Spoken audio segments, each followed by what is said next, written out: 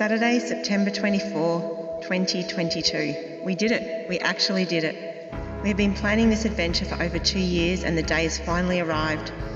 We are filled with such mixed emotions, sad to say goodbye to friends, so excited, nervous as we are both unemployed, and the feeling of a little bit overwhelmed. It is a weird feeling to have sold up all of your possessions and give up the security of a job and a home. The car trip was quiet as we both reflected on what was behind us in the rearview mirror. As the hours passed, the excitement started building as we looked through the windscreen. Mackay to Lake Nuga Nuga, 630 kilometres.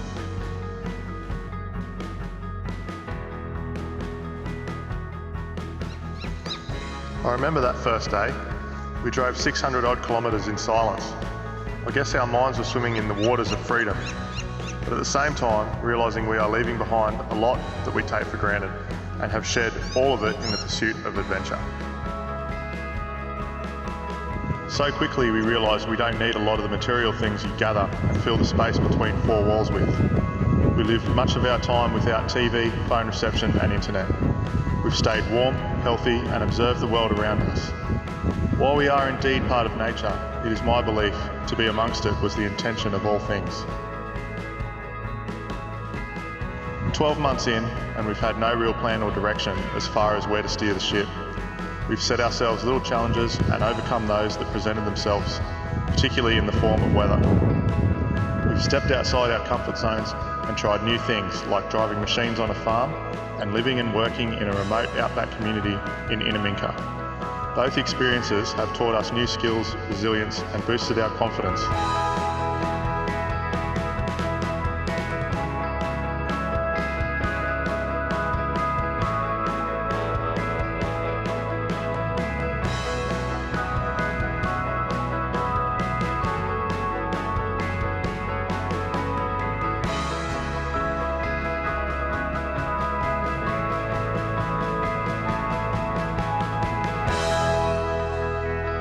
It is important to note that adventure is what you make of it, like beauty is in the eye of the beholder. Adventure is climbing Everest as much as adventure is getting in the car and going on a road trip. It's all an adventure to the one who embarks on it.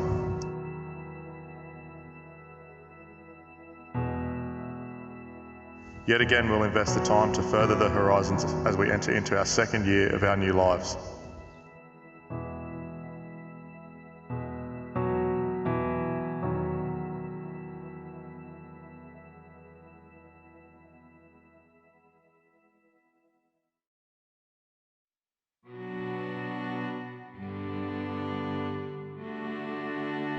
One of the main questions people ask us is how we can afford to do what we do, and it's a pretty basic kind of answer, and the main thing is we sold everything we own. We did. All our possessions bar a few prized ones, so there's no rent, mortgage, storage fees, insurance on any of that sort of stuff. It's all literally just car insurance, trailer insurance, fuel, food and anything else. Phones, internet. So those sorts of things. We don't have a house or storage fees to have to pay for. Yeah. We also saved really hard for 3 years when we decided 4 years ago to do this trip. We really did save hard for 3 years solidly. We didn't go out for dinners. Tim hardly got pizza. And we really, kept our eye on the prize, and we just banked serious money for 3 years straight. Yep. To really make sure this could happen. We've also separated our money, so we've got re-establishment money, so we're not just throwing it all on the trip, and we've also got an emergency fund if we need to fly anywhere, and then we have our disposable income, which is what we're spending on the road. Adventure fund, that's it. It is our adventure fund, that's what we call it. That was what our bank account was called, wasn't it? The adventure fund. Yeah, so that was pretty good. So that's how we've done it so far, and then we picked up some work along the way. Yep. So that's really helped. But I guess we picked up work, really. We've been saving money on the road, actually, haven't we? Yeah, we have. Which has been quite surprising. We're in the positive. Yeah, we are. We have more money in our adventure fund than when we left a year ago. So it's a lifestyle that's really doable, and the jobs that you can find on Facebook are really easy. There's a whole heap of pages there that you can access. Like there's a lot of backpacker jobs around Australia, remote working around Australia. grey nomads working around Australia, but obviously you don't have to be a grey nomad. There's heaps of sites that you can look at, outback jobs. What's the other one, like the Harvest Trail? There's heaps and heaps. You just got to basically go to, well, what we do anyway, we just go straight to Facebook and just type in jobs in the search, and all these pages pop up, and then all the posts that people have that are looking for people pop up, and then we just go through them and have a look what we want to do, what we might think is a good experience, and we jump on it. And that's really what we're looking for, is the experience. We're never going to be millionaires doing some of the jobs we've done, but the experience has kept us, well, made us a lot richer in other ways, hasn't it? It's been awesome, yeah. And people ask that same question too, is like, how do you find this sort of work that we've done? But we've only done the 2 jobs, and once we couldn't get to Tasmania, that's a whole nother story, but we couldn't go to Tasmania, so we thought we might try something different, and I saw the job on the almond farm pop up, so spoke to them and got told to come on down. So that was a really great experience. And then Michelle found this one that we're working at currently at Inaminka. She found that on Facebook as well, and just contacted those powers to be, and and then we got that one. So that worked out really well, because we already had the trip planned with Glenn and Karen for a month, so it was perfect, and we've had the best time, really. We've been good tour guides for them. So it's brilliant. Yeah, working on the road, obviously you definitely need to have money behind you, or some money behind you, but it's not scary now we've done it. No. You can easily find work if that's what you want to do, and you can live as frugally or as, what is the word, richly as you like. It's all up to the individual, I think. We definitely haven't lived frugally. No. But that's how we afford it. We had money, we sold a lot of stuff, we don't have any running costs at home, and the running costs on the road are quite small. We take advantage of a lot of free camps, and make it work for us. But I guess everyone's different in how they do it, but that's how we do it. How much does it cost us? And that's that's like how long a piece of string is. But we're not going to get on here and say, this is what it costs this is what it costs that. Everyone's different. Everyone's got different vehicles, so your fuel's going to cost different. Those sorts of things, and basically like what sort of life you lead while you're on the road. You can comes down to, do you consume alcohol? How much? Because that's probably pretty expensive part of it. Food's a big part of it. Especially when you're remote, those things are a lot more expensive. Goes up in price, almost double what you pay. Triple, probably, things of that nature. So while we haven't been living, I don't know. Well, we don't have a budget, so we spend... there's no budget. We started trying one, didn't we? We're keeping track of fuel, or you were, and it's like, don't worry about it, because it's all different prices. Everywhere you go is a different bloody fuel cost, and sometimes you're up hills, sometimes you're on flat land, and sometimes you got a headwind. That's right, headwind. She's a whole different story, but I don't know. Like it's up to the individual, really. It's basically how much you want to eat, drink, and basically how much you consume, and how far you want to go, how fast you want to go.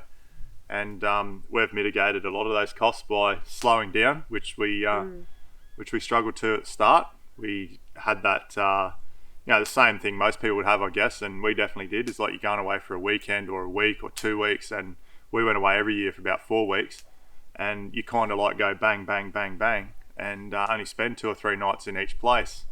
So we slowed right down and started spending a week in one place.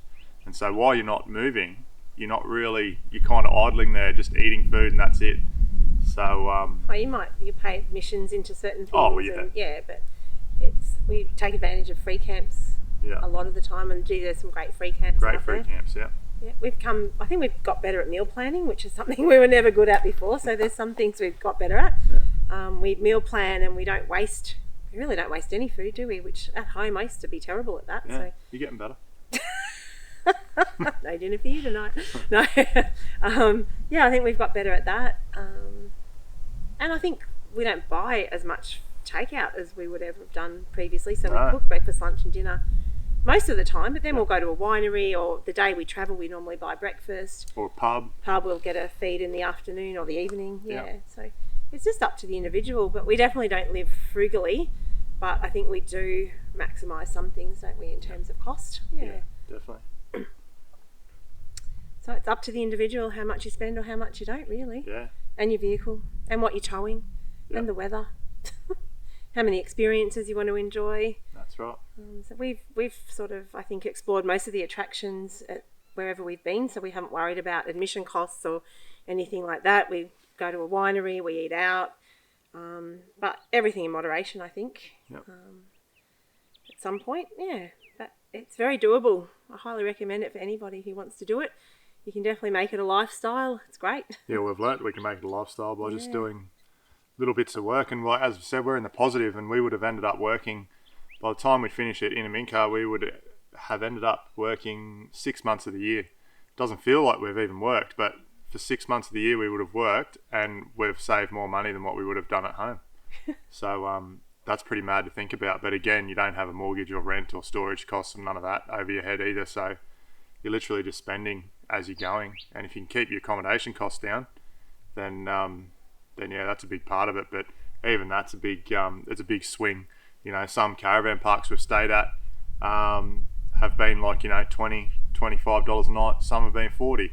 So and depending time of year as well, some's $98 a night. We just pay $98 for April next year at Byron Bay for a friends get together. But that's anyway, extreme, wasn't it? That was extreme. But that's what those sort of places do. They hike it up in peak periods, and guess if you want to do it, you got to do it, and you got to drop the money on it. So just whatever.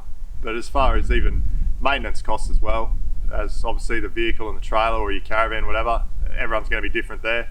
But you definitely have to maintain your vehicles, whether you do it yourself or get a mechanic to just check it over, which is what I tend to do. Just make sure everything's okay visually and everything that I can do. And then when we're in a major centre, just take it to a mechanic and get them to just suss it over and fix any issues that you kind of can't fix on the side of the road or at camp, and or maybe you just don't want to. So those sorts of things. And yeah, that's basically it. Yeah. It's just there's no real cost. Well, there is a cost, but there's no real set cost. You know, we went to Cape York. We figured out that $1 per kilometre is actually pretty accurate, and haven't kept the budget, so we can't say if that's still the same case. But I think it wouldn't be $1 per kilometre. I think it'd be well under it. So when you start spanning it out over a whole year rather than just a 4-week trip, it's definitely averages out. Yeah. It probably averages out, but it's definitely not. It's lower than a $1 per kilometre like Cape York was, which is the only other sort of. We've done other big trips, and they all kind of cost the same amount because you travel the same sort of, the same sort of kilometres on a 4-week trip, and you're kind of cramming, and so you spend more money. But when you slow it down and you're living like this, I'd say it's less, considerably less. Yep, definitely. But anyway. Driving the old Luxie around, a few people have asked how she's on fuel because she's a petrol as well. So at times there's actually been benefits in being a petrol because it's often said that if you're in the outback or you're in remote areas, they've always got diesel. Never got unleaded. It's actually been the reverse of that. But with all these new Dodge Rams and everything coming out, it's the American cars are all petrol, so you're starting to run out of unleaded a bit more than what they used to. But that old Hilux, she when she's not carrying anything, she does about 14 litres per 100, and that's with the big tyres on it and everything else we've done to it. But as soon as you hook that trailer up, she's about 16 litres per 100 if you do about 80 kilometres an hour, and then if you go faster than that, it's upwards from there. So I think absolutely ringing its neck's about 20 litres per 100 pulling the trailer. So that's pretty significant considering that it doesn't have that much legs under it. But in saying that, it has pulled it everywhere we go. But as soon as you put an incline, it's just shows over. So but flat road, highways everywhere, no problem. 100 k's an hour all day long. But we tend to travel more if there's no one up your bum, like not being a pain in the ass to anyone. You kind of just we kind of sit between 80 and 90 kilometres an hour anyway, because you back down toward that sort of 17 litre per 100 mark. So if you push it to like 110 or even just 100 and 110, it's going to be more like 19, 20 litres per 100. And then if you get a headwind, it's pretty much 20 litres per 100 all day long. So yeah, as soon as you put something on the back of it, it's like you're driving with a parachute. So Yeah, it can be expensive to go some distances, but She hasn't let us down. She's been a trusty steed. it's a good old dog. Yeah. But people have also asked, like, how has the vehicle and trailer performed? And it's basically it's almost flawless in this first 12 months. There's been a couple of little hiccups, nothing major, thankfully, but mainly with the trailer. I don't think the car's caused us no dramas really, except I had to get new tyres on it. So That's just wear and tear. that's wear and tear. We're trying to make it last until this house sit we're doing in Brisbane at the end of the year, but she just didn't quite get there, so had to fork out for 4 new ones, which was a bit of a hit. But the trailer, just a few minor things have gone wrong. We knocked the wheel alignment out by 22 mil at some point, and I didn't even notice until a couple of the last days in Tullibuk, and it worn one of the inside tyres right down.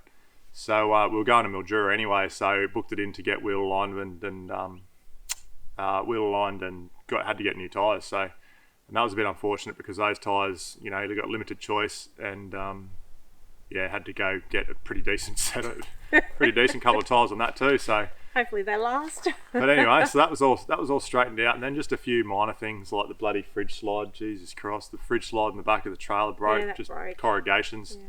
So I've fixed that. I've done a better job because there's a couple of things on that trailer that aren't really put together too well, and that's why we've already changed a lot.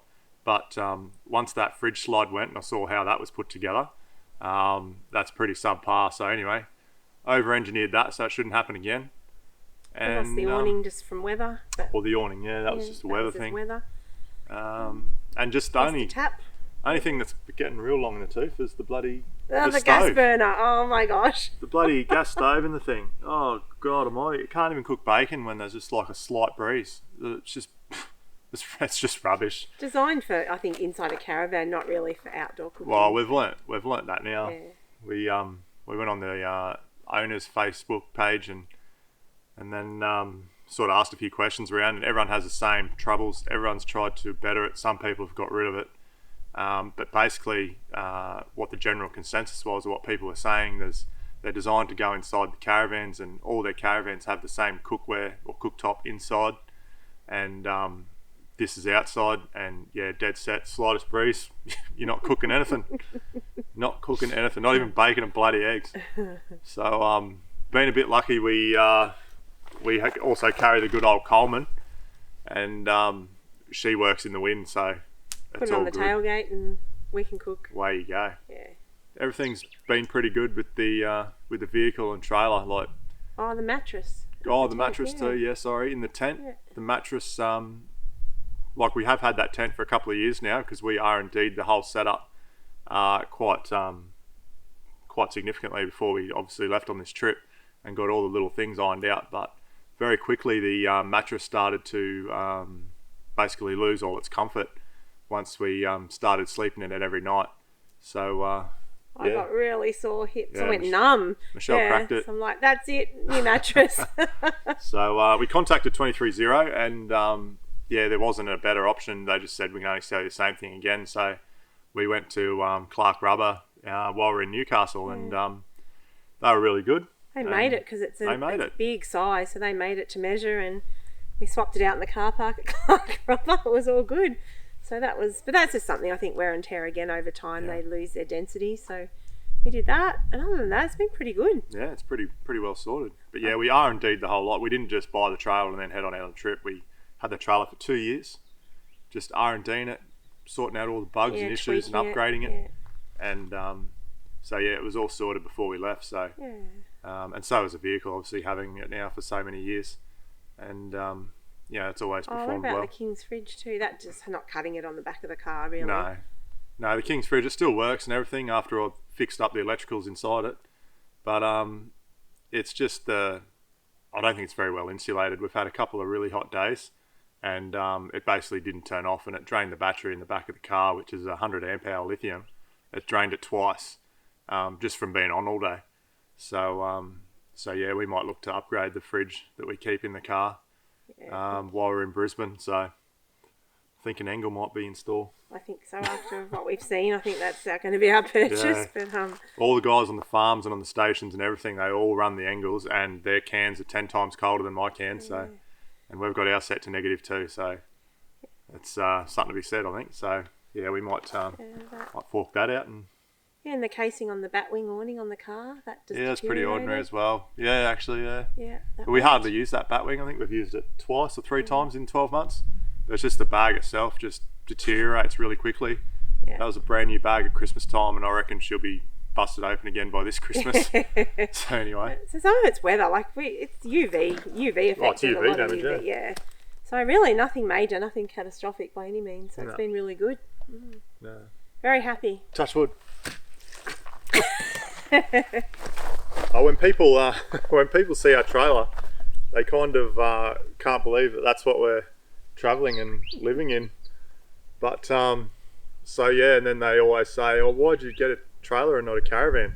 Because I think it's like automatic that you get a caravan. But we'll be honest, we procrastinated for about 6 months Easily. on whether we God. go a caravan or a trailer. Yeah. And it was kind of about the same time our good friends Tony and Renee were going through the same thing. But we just decided that, I think we decided to do this trip to start living, and while we've still got legs under us, we really wanted to, I guess, be more adventurous, go to more remote places, and Yeah. we do a bit of hiking, and that just gives us accessibility. Like that just goes behind the car absolutely anywhere. We've not had to, apart from the Simpson Desert where we dropped it off.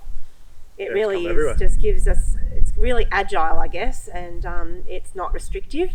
So it came down for us personally for this trip to go with the camper rather than a caravan, and maybe explore some of those areas that we really want to do. And then I think, at some point in time we will end up with maybe a hybrid caravan or something. I think it's individual, isn't it, for what you want to do at the time. But for us, I think we made the right decision in terms of accessibility, agility, and getting to places that we really want to go on this trip, I think. yeah, that's right. Yeah, some of the more remote places, and I think one day we will graduate into a. Oh, I think it's just evolution, Yeah. really, and I think as you get older. Yeah, as you get older. But we did. We were questioning it in the first 7 weeks, or 10 weeks, or I was anyway, because we were just getting pumped and pumped and pumped by rain, floods, storms, snow, a whole lot. Remember we were sitting, was it at Wedden? And we were just sitting under the awning, and we had ankle deep bloody water. running through ankle deep, and Tim's just like, "Oh, you weren't happy, were you?" No. So you kind of rethink what you've done there, and you're like, "Oh, I might not have made the best decision with We that." did question it for a bit because the did. weather was horrific for a really To the point long where I was time. even looking up how much caravans were on Marketplace. But anyway, I'm glad. As we said earlier, it's taught me resilience. So yeah. But anyway, it's been fine. It's been fine all year. So anyway, it's not going too bad. No, it's good. So I guess that's why for us at this point in time we went with a camper trailer. yeah, But I wouldn't discount a hybrid down the track, or a caravan further down the track. yeah, But for us right now, I think this has been a good choice. yeah, absolutely. Yeah. A couple of people asked on social media a few questions. I think we've answered a lot of them already, but another one that kind of pops up once or twice is what gear have we used that we rely on heavily and as a must for our travels, and then what gear have we got that we haven't used as much and could probably part with. I'd say we've got some gear that we've not used at all, but I'm not prepared to part with Yeah. it. As we just said, we had this trailer for about 2 years, and we were just adding and modifying and getting the setup right for what we wanted to do. And although we haven't used a few things, it's better knowing that it's there than not. That's definitely the hot water service. Yeah. Was it Julka? Julka? Well, I said off camera, I said, "Oh, we could probably get rid of that at Christmas time because we haven't used it, and we've had it for like 2 years." And Michelle was straight up, So You never know when I'm going to need a hot shower. That's right. And the other one is our portable toilet. Oh, the portable toilet we also haven't used there. Yeah. But not parting with that either. No. There will, and also there's places you go where you have to be self-contained. So Yeah. I think we definitely need that. And it's just that we've just been lucky, I guess, with campsites and rest stops and everything, that we haven't had to break it out, but there will be a time. So they're two things that I'm not prepared to give up. And then I think we unpacked and packed that trailer before we left over the course of 18 months. How many times? Heaps. 15. And we reassessed and took things out. So we didn't just pack up and leave. I think we've probably got it down fairly well. I can't think of anything we've given away, is there? Oh yeah, the couch. We took the couch with us. Oh yeah, I bought a. That's right. Who did we give that to? Your cousin? My brother. Your brother. Yeah. I had a blow up couch, thinking that you'll just lounge around on this couch, and look at that. We never bloody used it. So it basically only came in handy for when we started selling everything, and the lounge suite went, and that's all we had. So we blew that up in the lounge room. And then we slept on it at the end. But no, there's nothing. I'm trying to think of There's nothing really. We've been carrying the metal detector around, and we got that out once, but we found that bloody ring, so that's been a good thing. And I want to do more of that, but that's another thing that we've only used for an hour in the whole 12 months we've been on the road, and it takes up a lot of space. But I reckon that's mainly the case. I reckon I can make that smaller. Yeah. But and one thing I think that we regret not bringing was a guitar. A guitar, yeah. Yeah, so that's I something. could have brushed up on my skills and been pretty good again by now. So I think a guitar's a must if you can play for Tim.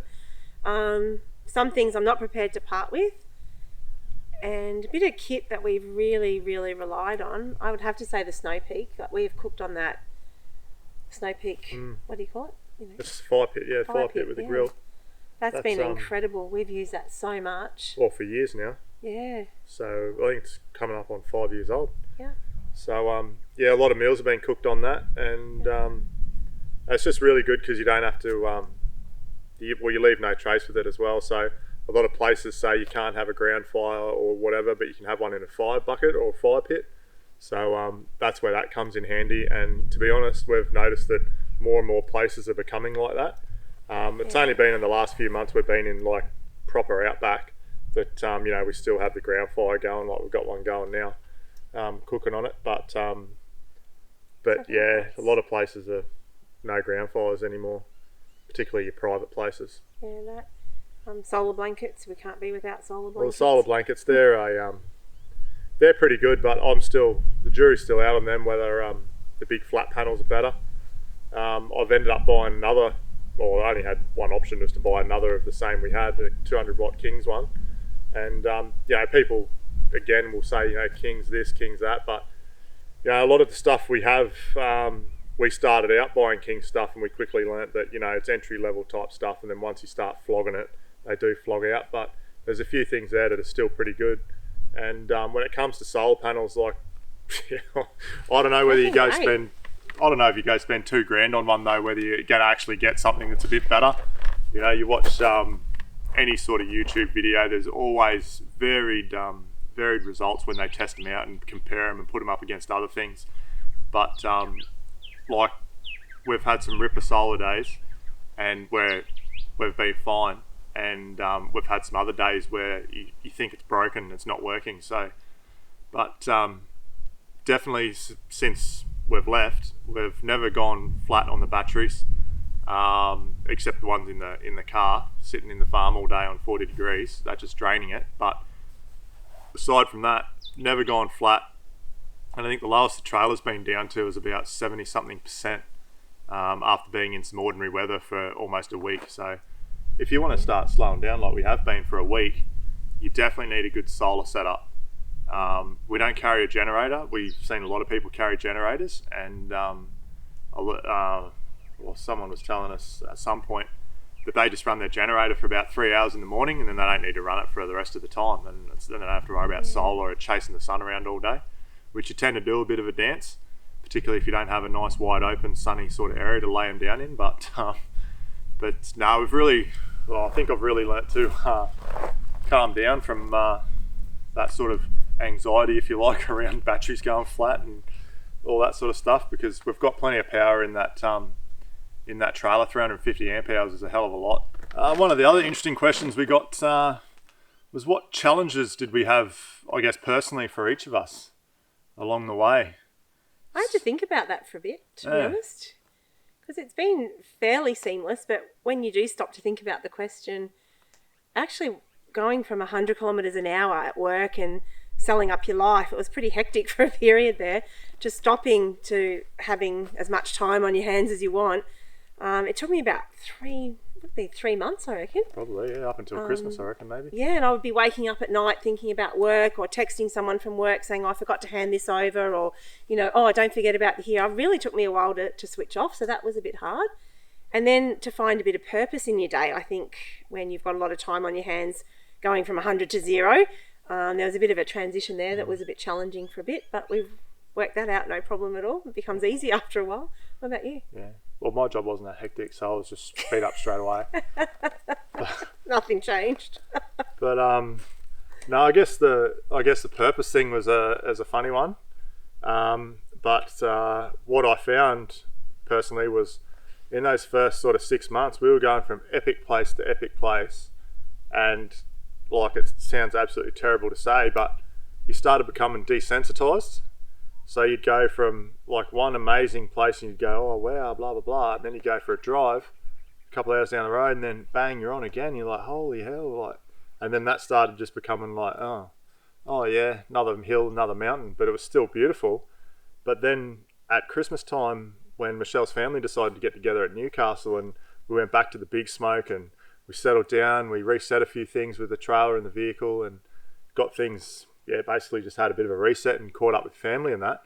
And like, it was only 2 weeks, and bang, we're ready to go again. And it was just... It freshened you up, good to have the Yeah. downtime, and I could make videos, edit photos, and it just was a good way to kickstart your fire again, to get back out in the open road and these open places, and Really enjoy them again. Yeah. it did. And then the same thing happened again when we were at the almond farm. The almond farm was an absolutely great experience, and we loved it. And then it was only a short time, and then you're ready to go again. And so you did go again. It was only a very brief go again, but then after working in Inaminka, the same thing. The experience has just been great, and we've been privy to a lot of special places around there. Absolutely. And met a ton of great people. What about being together, like, for 24/7? That was a challenge, don't you reckon? Oh, was it? Well, maybe for me. News to me. Oh, we've had our moments, but I reckon everyone does. And the best moment you see, nearly every caravan park you go to, is when she's spotting him or he's spotting her, trying to back the caravan in. Picking a campsite. Oh, I reckon that's been a challenge. Picking a campsite, yeah. We both have different views on where we'd like to put the camper But trailer. we're learning more recently that it's just communication. People understand different ways of communicating. So it's been very good on a personal level for each of us. Honestly, it's been pretty good. Like, really, we haven't tried to kill each other, or No. it's been pretty seamless, really. But yeah. I've only been punched once. Anyway. So not true. So not true. How has it changed you personally and your views on things? That's another really good question. I think it has impacted us. Absolutely. To be quite honest. We won't be the same people once we go back to society eventually than what we were before we left. I think it shows, like, for me, how little you need to live a really magnificent life, really. Like, selling everything we owned was hard at first, and then it became a bit liberating, didn't it? Yeah. And then you just realise how much clutter you have in your life, and for me personally, and then how much you don't need and how little you do need to have a really great life. So I think that's been a really big change, and I think I'll be minimalistic from now on in. I don't think I'll change and have all that stuff that I used to have for me. And then personally, I think I tried to practice gratitude every day before we left, and I think now it just comes so much easier to be so fulfilled on a different level. So I think it has impacted me personally. You don't have to tell yourself to. No, you're just grateful You just every do. day you wake up in a beautiful place, and grateful for the people that you meet, and you know, we've had a lot of amazing experiences, and we've helped a lot of people out as well. Yeah, good deeds. We've done lots of good deeds, and yeah, I think the sun just shines on our travels, and I think it impacts you deeper than I can explain anyway. I don't quite have the words, but yeah, I'm definitely grateful, relaxed. I feel blessed, really. It's amazing. Yeah. What about you, honey? I just think, the material things is probably the biggest. I've never really been a big material thing anyway, but I always wanted a big TV and all that sort of stuff. But I think all the bloke stuff. Yeah, all the blokey stuff. Car and everything. Even though, that's another story. But no, you do realise pretty quickly. I think for me personally, we realised probably a month or two in, it's like, you don't need everything. You don't need everything. And at that point, I was like, we're going through the shitty weather, and I was like, oh, you need bloody good shelter. That's what you bloody need. And but anyway, once you're through that, it's like, okay, we've pretty much got everything. We do have shelter. Yeah. May not be as much shelter as other people, but we have shelter. We change our backyard, our scenery all the time, and we still cook beautiful meals. We've got a lot of comforts, really. We do. We have lots of. But we're basically nice living drinks. outside.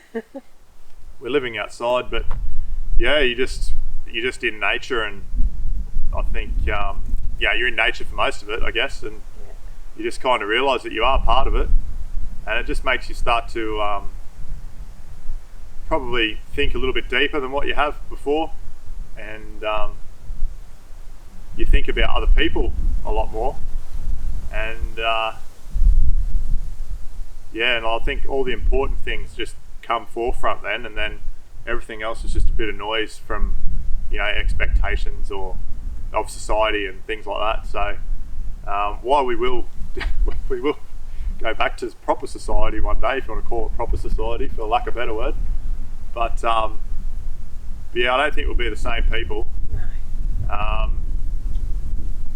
I think there's I don't know, it just makes you think deeply, and there's a lot of wrong in the world at the moment, I reckon, but we're not directly affected by a lot of it at the moment, so It's a charmed life, really. it is, except for maybe fuel prices and groceries. It's all part of it. That's affecting us, but no, there's not too much that can affect us. We haven't had traffic, we haven't had I don't know, we have had alarms. I was going to say alarms, but we have had alarms, but the alarm doesn't mean the same as what it used to.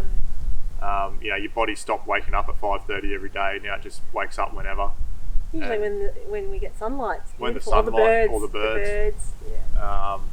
I think we've become simpler in our needs, or our wants, I would say, and we've become richer in so many other ways. Yeah. It's been very fulfilling, that's for sure. Yeah.